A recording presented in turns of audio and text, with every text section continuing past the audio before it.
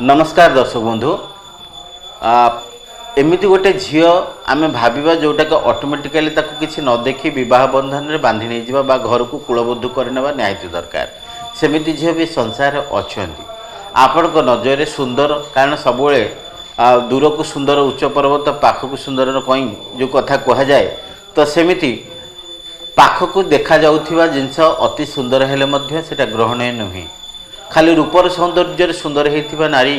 जोटा कि गृह को कूलबद्ध भाव में परिचित या भी नुहे मन निर्मल थिबा दरकार जोटा कि